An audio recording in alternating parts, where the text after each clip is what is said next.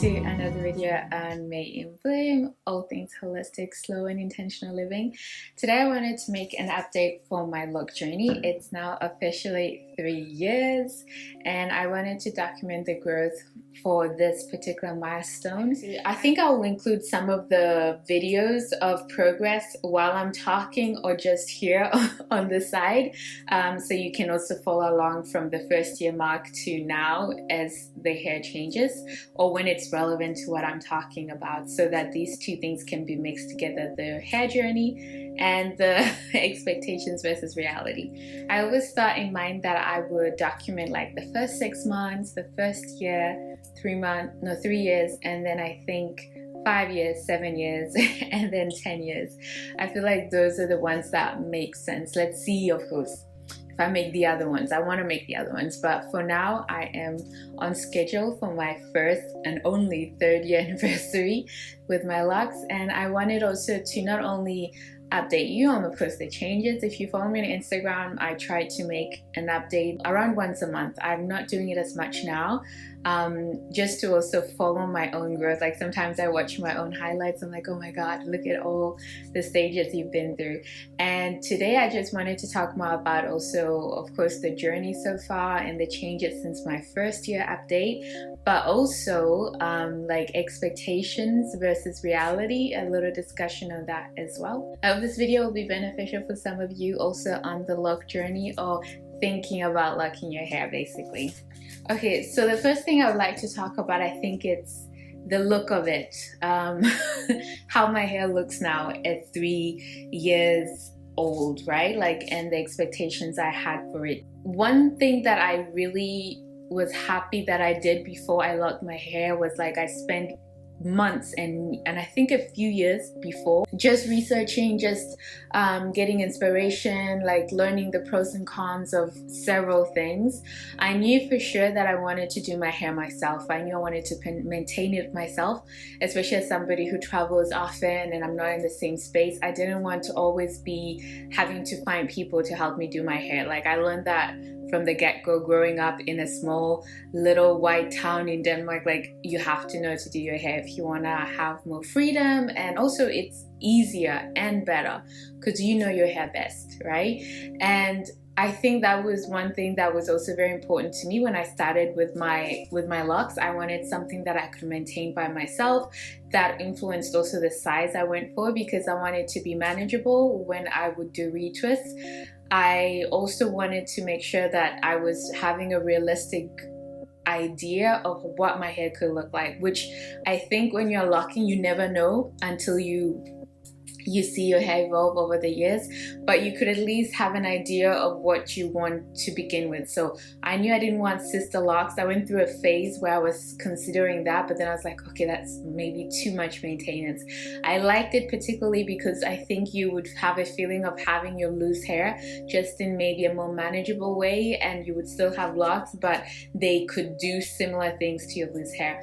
And then there was also the free lock, or like people who had really thick locks, and I thought that there was something about that I also liked, especially somebody who loves the idea of rewilding ourselves and like having this physical feature on your body that can maybe help you reconnect a bit to the more untamed nature in ourselves. But I knew that that was maybe not it either. It was like a between. That's what I wanted to go for. And size-wise, inspiration, even look-wise, the person I really liked the locks of the most, I think I mentioned that in my first lock update, was Lauryn Hill. Like I really loved her hair in her lock phase, and I thought it was so beautiful, and I felt like that was the perfect size for me. And I also felt like we had similar hair texture, which I'm not so sure about anymore. I felt like that it could be similar to how it will look like. And then I liked Lisa Bonet's hair just in general, like for the vibe of it, because our hair textures are very different. This is something that was quite different than when I started my natural hair journey because number one, there wasn't a lot of information, but I think also there was an over push of a specific texture or what your hair should be able to look like when it's manipulated. I did not want to fall for the same what do you call it, for the same things again that I think many of us were victim to when we had our natural hair, or started going natural, which at the end I also just decided to focus more on what my hair naturally liked to do and be, instead of like these manipulations that were disguises of different hair textures once you really thought about it, right?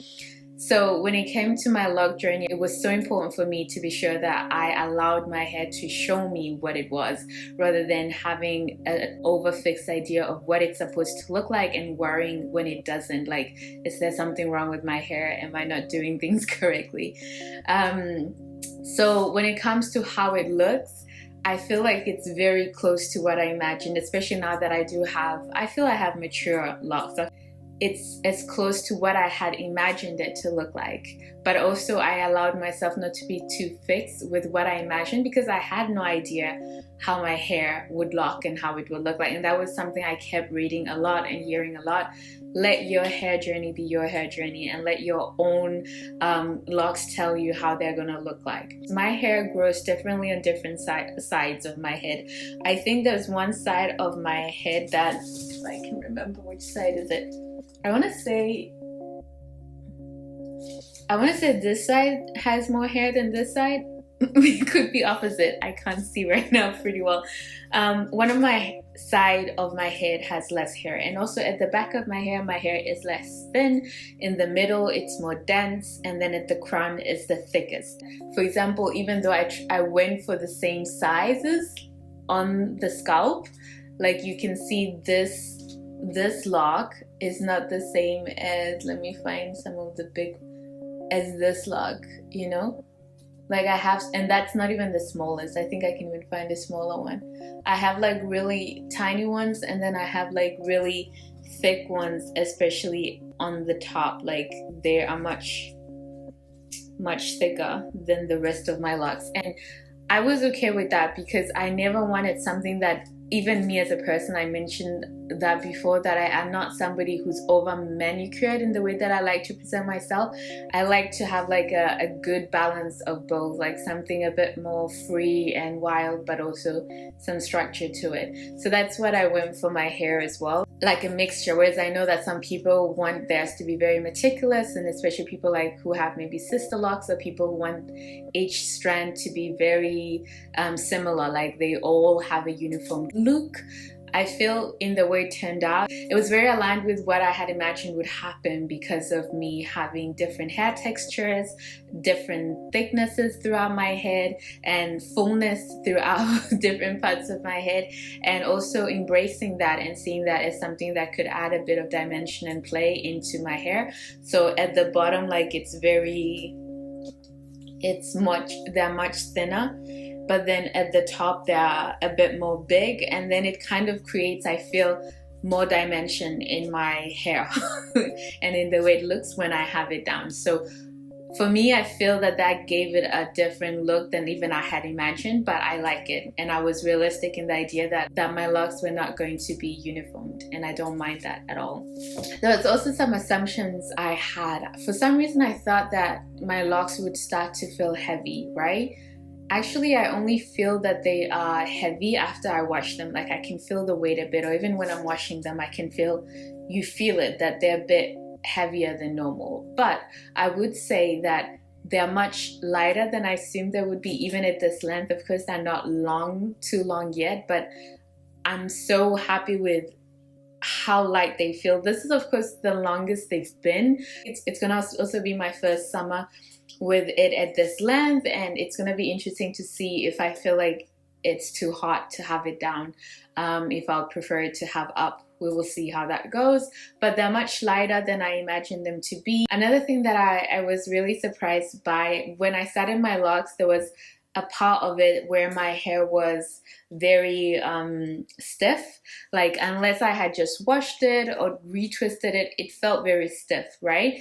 But as you can see, like that's not the case anymore. And I remember like watching people whose locks were more mature and wondering like, okay, how do you get it to be more loose and not so stiff? But I learned that just comes with length, now my hair, or maybe even weight, like maybe the locks are a bit more heavier, but also with length that it's a bit more loose now, so it has more movement to it. It doesn't have to be wet or newly twisted. As you can see, like I have a lot of new growth that is just there, but my hair still is fluid, which I like. So that's the beauty of it. Like as you also get to know your hair, you recognize and learn new things. So when it comes to styles, I think I'll say that I at the beginning I had like this one go-to style, which I showed you guys before. It was the only way I really liked how my hair looked, but I also feel like I was very prepared for the awkward phase in the beginning, but I embraced all the phases. Like it didn't bother me, because I think after having my natural hair for 10 years and making peace with it, especially at the end, and saying this is just what my kind of hair does, I'm not going to feel weird. I'm going to make space to sit with the times I feel uncomfortable by the way it looks and wonder why do I feel uncomfortable by that, because it's just hair. So even in the beginning phase, which is supposed to be seen as the ugly phase, I didn't feel particularly turned off by my hair, even though that now I can see some videos I made, especially on my other channel, Abantume, and I'm like, wow, your hair was looking wild. But I remember in those moments I didn't care, and in fact I liked that it looked like that. So there is that, embracing the journey, and especially when you have limited styles to begin with. My expectation wasn't the idea of over experimenting with different styles, because I really feel like the locks for me was the style. I just like the locks. Like every now and then I might do a bit of an updo here, or I still really love like having two little strands locks in the front and then like maybe pulling the rest of my hair back.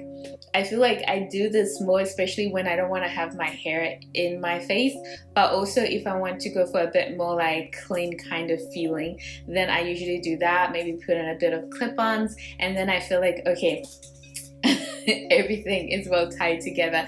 But I'm also only later on enjoying just having it like this, you know? I think it took me a while to like it just with nothing extra, no added additions, no hair a bit up. Whereas before, in the beginning, I liked that. I think it gave it a bit of a shape, dimension. But now I feel like I'm just also happy with it being like this. The only like big style I tried last year was I did some Bantu knots, and I really liked that. I felt like that looked really cute. I think I'll do that again in the summer, because it was also a good way to remove the hair from my face and just like put it up, but not just in a bun. But otherwise, most of the day I don't have it like this, especially when I'm spending the day at home. I'll always have a scarf on and just like take it away from my face or hide it from the elements. I tend to have it like that most of the time. Like when I'm traveling on holiday, I like to have a little scarf halfway and then some hair in the front and the back. But I think I also just like the minimal vibe of just letting it be. Like I also like that, except when I feel like it gets in the way. If I'm working, I would feel like I can't properly focus if my hair is constantly in front of me and I can see it. So for that, I always have a scarf to put it away and just be able to have a clear vision of what's going on. So when it comes to styles, expectations versus reality, I feel like those were also very aligned. I didn't expect to do too much, but I didn't expect to like it just like this by itself so early. Because in the beginning there was a part of me that just really, I think you guys remember, I liked having that updo, like half up half down in front, you know. Whereas now I think it's grown so much that I don't like how that looks anymore. It looked good when I had more like of a pineapple length, and I had the hair that was on the top was sticking up, but now it's too long, so it just falls down, and I'm like, why even bother? It doesn't give the same vibe. I will like, at least in the summer or at some point, to experiment with maybe like soft wires, maybe brass, like just some small coils in it, like to shape it in different things, or I don't know, like I'm thinking more like metallic fairy queen kind of vibes. Like, let's see the execution of it. I'm curious about that kind of play in how it could look. Otherwise, it's just simple hair stuff. Very minimalistic, very low maintenance, exactly my vibe. Maximum enjoyment minimum effort. Okay, so when it comes to maintenance, reality versus expectations, I would say in the beginning I was very precious about what things to use for my hair, and to be honest, I still am to a degree, but not as much. I was very particular about especially what kind of soap, like no conditioners. I know some people condition their locks, and I think my inspiration and the person I followed the guide the most of is Yani the loctician. She's taught me the most. Like, I think I've mentioned her in my other updates as well. It's a channel I binge the most, and I still go there every now and then to just check on my progress. Like, is my hair in the right direction, at least for healthy locks, which is the goal, not so much how it looks, but to know that my hair is healthy and I'm taking as best care of it, and it's also giving me the right response or signals that it's in the right path. And she was always like very, very, very repetitive on the fact of be careful what you put in your hair, like when you're retwisting, when you're taking care of it, because you don't want things to get stuck in your hair. And there was something about it that for me, I feel like it was something that maybe could scare me the most about locks, the idea of things being stuck in it that I can't remove. I was also very afraid of having lint in my hair, and I would say that now I'm more relaxed about it. There are some small lints here and there, but I'm not as anal about it as I thought I would be. I've done my best to protect it as much as possible, but I'm also quite surprised that there's not a lot of it in it. And I've just now progressed maybe myself, my care, my maintenance, to make sure that if there is lint, it's as minimal as possible. One of the solutions is that you can dye your hair a bit or like put some henna in it, so you just color the little white specks that might show up as lint, you know? But beyond that, it doesn't feel too problematic, and most of it is like in the smallest parts of my hair. Like you can barely see it. Even if you're close by, you have to really dig to find it. But every now and then I do a little inspection. I try not to be, again, anal about my hair, but every now and then I look through the individual locks, I look at the ends, and I look at the thickness and the continuity, like from root to lock, just to see that there is like a consistency and the lock is healthy. I think when it comes to shampoos, in the beginning I was using soaps, and specifically Black African soap that Sheer Moisture makes, but the bar kind, and I think there's just too much maybe fat in it. Even though it was gentle and natural, I feel like I would want to rinse it with something else, again, maybe like some apple cider vinegar, because there was like a thickness that didn't go away the same way. Once I found this liquid foam black soap, which I think is what I prefer the most. Also, I didn't like how the bars would leave a residue on either the shower or the bath I was in, because that gave me more work to do, like to clean that up, and I dislike that. And because I saw that in the bath or in the shower, I was like, okay, what is it then doing it to my hair? Is it leaving some residue? I didn't like that, so I went back to more like clarification shampoos, and as long as the shampoo lathers well, and as long as I can feel like I can remove as much of it as possible. And mostly I try to buy clear shampoos, because again, I don't want to leave anything. I don't know, mentally I just feel like if it's clear, it's just going to clarify and take out everything, and that's it. I also was very hesitant to put anything on my locks that I could struggle washing out beginning. So the most things I would put was maybe like a mixture of aloe vera juice, some purified water, and then rose water. I used that as a mist when I was starting, and I think it was really helpful in the beginning. Honestly, once I was at my mom's house and she took over my bottle, and as weird as that, because you can buy a new bottle, but that for a while then I didn't do it, and then I recognized that my hair was okay, and then I went back to Yani, my personal hair expert that I tried to refer to. She was talking that those mists are also supposed to be every now and then. It's not an everyday thing, because you don't want your hair to collect moisture, and you don't want it to have that moldy kind of smell, which for me, I was like, moldy? Say less. I don't want any of that. I used it more in the beginning. I don't do it as much anymore. In the winter, I felt like after I washed it, maybe a bit of oiling, especially at the end. And I did become more comfortable with oil, like argan oil, because it feels very light, not too thick, that I put it a bit on my locks as well. And I always try to, like, after I've done my scalp a few times, then I will lather the locks themselves and like make sure that it really gets in there and I'm getting as much of it out as possible. But so far when I touch my hair, it feels soft, and the antifreeze serum also helps with that. I don't use it so much for the antifreeze part. I think it's a white girl product, not too heavy, because our products are usually very heavy. Products made for specific Caucasian hair are sometimes pretty light. That syrup, for example, it's light enough for me not to be scared that it's going to wear my hair down, because that's something they usually like to avoid with their more fine hair. So the maintenance has changed a bit, but according to expectations, I feel like it's still on the very minimal side. I thought I would wash my hair like every 7 days on the clock and retwist every 2 months on the clock, but the more it's grown and the less I need to over maintain it, I'm leaving it to be more and more on a need basis. So if I feel like my hair needs to be washed before 10 days, I'll do it. If it needs to be washed after 15 days, I'll do it. It's more what is necessary. And also I've been back in the north now, so the weather's a bit different, and that's something I also had to take in consideration, especially if I'm going to wash my hair and I have two choices, either to sleep with wet hair or to do my day with wet hair, especially when it was like icy cold. So I had to really be strategic about when to wash my hair. I think washing and moisturizing, and of course like for my scalp I still use good old olive oil and maybe a mix of shea butter if I have it. Like I'm very minimal when it comes to my scalp as well, especially because sometimes I struggle with dandruff, which was something I was really worried about with locks. I had this fear that my dandruff would grow within my hair, but actually I haven't seen that, and I don't see it at the roots like being integrated into the hair.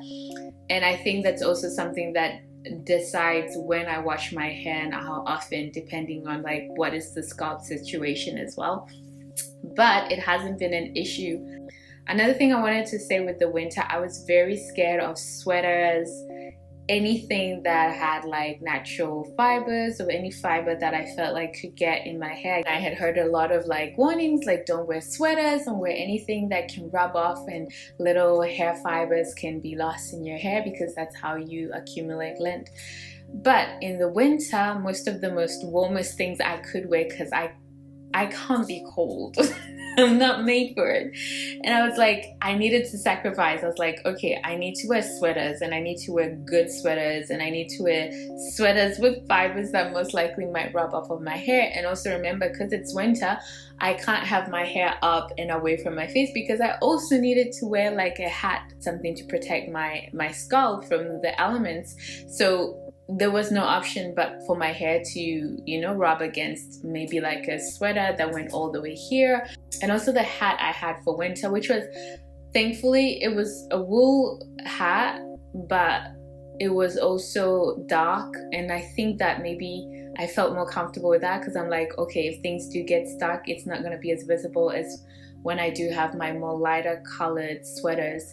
But surprisingly, I didn't feel like it was that bad. I'd always check every now and then and be like, do I have fibers here? There's some sweaters that shed off a bit more than others, but I would just like check in. And that's when I also discovered like brushing my locks. I had heard about it before, but when I was at my mom's house, she had a brush that I started brushing my hair with, and first of all, it's very therapeutic. I love it. And maybe I miss the ritual of combing, because I don't get to do that anymore except with my fingers. And every now and then, like sometimes I might be like just here, like, and I think it's important, just it helps you like get rid of anything that might be stuck in your locks. But specifically to strategically do it before you wash your hair, because you want to make sure that you get it out while your hair is dry, so that when it's wet, things don't integrate into the hair. So brushing was something I found that I really would recommend, and that I think has made maintenance and the fear I had of lint when I was starting out more manageable, because I can brush my hair before I wash it. I expected maybe to have a bit more lint than I do now, or that it would be so stressful to fight against it. But that has not been the case, and I've recognized that I could actually relax a bit more than I imagined. I think also making sure that when I retwist my hair, I don't even use the aloe vera gel anymore. Before I would use that here and there. I knew I didn't want to use retwist products. Number one, it's not that serious. For me, when I retwist, most of it is just to separate the locks and make sure that I retain the sections I made for the locks, and that they're not intermarrying or like connecting in ways that I don't want them to and like stopping their love. That is the main goal. I don't really do it so that my hair looks slick in a certain way. Of course, in the few days it does look like that, but obviously I do it to separate the hair and to make sure the locks are neatly in their own little sections. Now, after I washed it a few times after retwisting it, because I also don't use any gel and I don't make a big effort to make it stay like that, I know that my hair goes back to this. Okay, so this is the new growth, and this is where the lock starts. And this is, as you can see, like my my finger can go through. But having an idea what you expect to happen with your retwist makes it easier to manage. I just use water, and of course, once I wash my hair, I also moisturize the scalp and the hair that is out a bit, you know, and also here at the ends, because I still have like a little hair sticking out. So I like to keep those parts moisturized with water and then sealed with an oil, which is usually olive oil, right? I don't over retwist my hair, and I also don't use any product to retwist my hair, and then maybe it will last a few days, but slowly and slowly it unravels, and that's also okay, because the main goal for me is to separate my locks, but also I like to make sure my hair is not overburdened with retwists or with products. Like, that's more important to me, so that I keep it healthy in the long run than having it look a certain way that maybe looks more neat and acceptable but that maybe is not good for its longevity. Like, from the beginning I was like thinking longevity and trying to do my best to make sure that my hair has a healthy start, middle, and finish. So like, maintenance hasn't been too overwhelming. It has shifted a bit, but it's still in the same similar principles. Like, keep it minimal, keep it natural, don't overdo it, and also think long term, not just what you need it to be right now. And I think that's, even though I feel like I could be adventurous and maybe dye my hair one day, because I'm always thinking, yeah, but that would be a nice look, but I want it to be something that won't over damage my hair in the long run. But let's see, maybe in the future I might be bold enough, maybe closer to when I've had it for a long time, I might feel like, okay, it's time to take some risk. For now, I can feel like it's just an idea that I feel seduced by, and I wouldn't go with a crazy color anyway. A bit of copper, a bit of like, I think that could be really cute, you know? But for now, I like the natural dye that the sun gave. At least the ends of my hair, they are in a different, like brownish dark, but light brownish golden look, especially at the tips. And then the rest of my hair is very dark, and I like that. That gives it a sense of like, okay, I do have a form of dye, even though obviously I haven't dyed my hair. It's the sun, which I think is very cute. Like, the sun made this. Okay, which also brings me to the next thing. Like, I think with social experience, like, I knew that having locks, or I think I had this expectation, this idea or assumption that having locks, of course, in the natural hair movement, it's just one other step of having natural hair. But I'm also recognizing, just like when I had my afro, that when you change your hair, you also change the way people respond to you socially. I've noticed that when I travel, I somehow randomly, you know, coincidentally often get picked for the drug testing swabs. And it's so funny because every time they do it, I panic for a moment where I'm like, you don't do drugs, like, why are you worried? Like, you don't have drugs on you, like. But I noticed that I often get picked for those little swabs more than I did when I didn't have locks. So I have a feeling that it's not coincidental. I didn't assume that would be the case, but I've experienced it enough. And then I did some research, and apparently this is quite common because people think that you maybe partake in some drugs and you could be bringing drugs in and out of countries because of your hair. It doesn't really bother me that much because it's just a silly stereotype which might be true for some people because locks doesn't define what kind of person you are and what you like to do in your free time. Another thing I've noticed is also, again, drug related, that I can see that especially in bigger cities, like when I've been in Barcelona, when I was in Lisbon, and also when I've been visiting my partner in Paris, there's more chances of you being offered drugs, you know, specifically marijuana. And I think that also because I have locks, people assume that I want to smoke marijuana. And I think that has been interesting to experience. I mean, at least nobody's like offering me like heavy, crazy things. It's usually just herbs, and I'm okay with herbs in all forms, you know. Beyond that, I think when it comes to like professionalism or corporate life or what have you, I haven't experienced anything, don't intend on experiencing anything. I think also in Europe, the culture is a bit more different. There's not a lot of judgment, especially I think, maybe I should speak in the places I've been, where you feel like people would want your hair to look a certain way. It doesn't seem to be of a big of an issue like being seen as professional. I would say that maybe there's curiosity around your hair, like people ask me things about my hair or want to touch it or other things, but it hasn't influenced maybe how I feel professionally. I've been able to secure the last few jobs that I've applied for in different levels of professionalism, looking like this, having my locks. Even though I like it when it's like this, maybe let's not say maybe, for some people, and actually it's not even just white people, some black people also feel very uncomfortable with locks. They feel that it's not a proper style, and they feel like it's a dirty style, and it's too wild, and you know. So there is judgment around that people might feel like, oh, you need to tame it a bit so they don't feel as uncomfortable around you. I have caught myself doing that in certain situations, but I think I'm also at a place now where I feel more like take it or leave it, you know, because I don't see it as that. Luckily now I'm working on projects and spaces where being different and embracing your individuality is more appreciated, and there's more space for that. So I think it's less and less a threat. Could you be a president with locks? I don't know if it's gonna be in my lifetime, but what I've experienced socially and work-wise, it hasn't been too much of an issue, honestly. I've also felt that it has also made me feel like I have this bit of head armor for some reason. Like it feels very comforting, especially in winter when it was cold, to have it close by. And even in social settings, like walking around and you have your hair down, there's this other element of comfort and safety that I didn't expect, but I really like.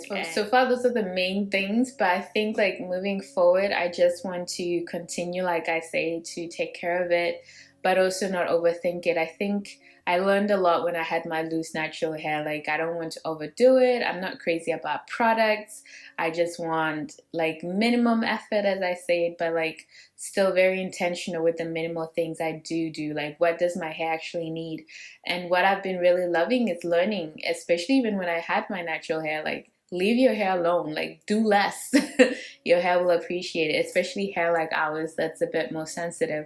I feel like this lets me also leave it more alone because it's already done all the time. I'm not combing it, I'm not, you know, there's not much I need to do. And just in general, I'm really enjoying the journey, and I always feel happy to see it progress and grow, and this feeling of joy I have about it. Like I really love it, and I named it my dark wonderful forest, also because those things are supposed to be scary, you know, like dark things, even though like I'm also been on a long journey of decoding that. Why does something black or dark? If I call my black forest, people are like, oh, you know.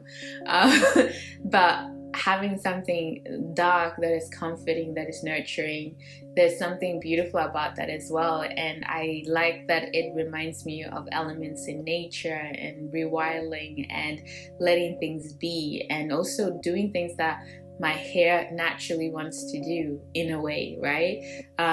This has been the hairstyle I've had that has required the least amount of manipulation. Like I get to leave my hair to just be, with of course like making sure it doesn't mirror each other, because if it was up to it, it would do that fully.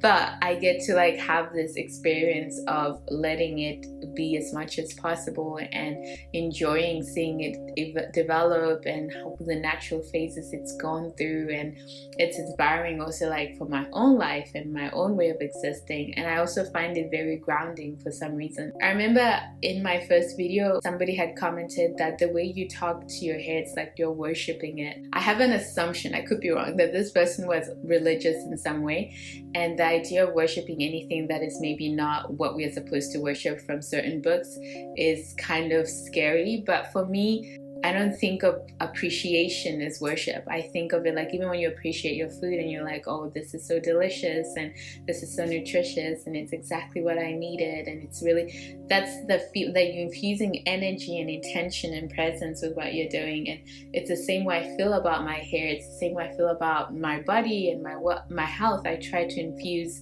presence and appreciation in it, and I think it also helps you appreciate yourself and appreciate parts of yourself and appreciate the journeys you're on. And you can also learn from those experiences, like how you accept your body, embrace your body, how you embrace your hair, how you accept its natural form, how you accept its natural evolution. Because even though I could have the same lock size as somebody else, your hair is always going to look different. It's going to tell your story, your abilities, your genetic heritage, right?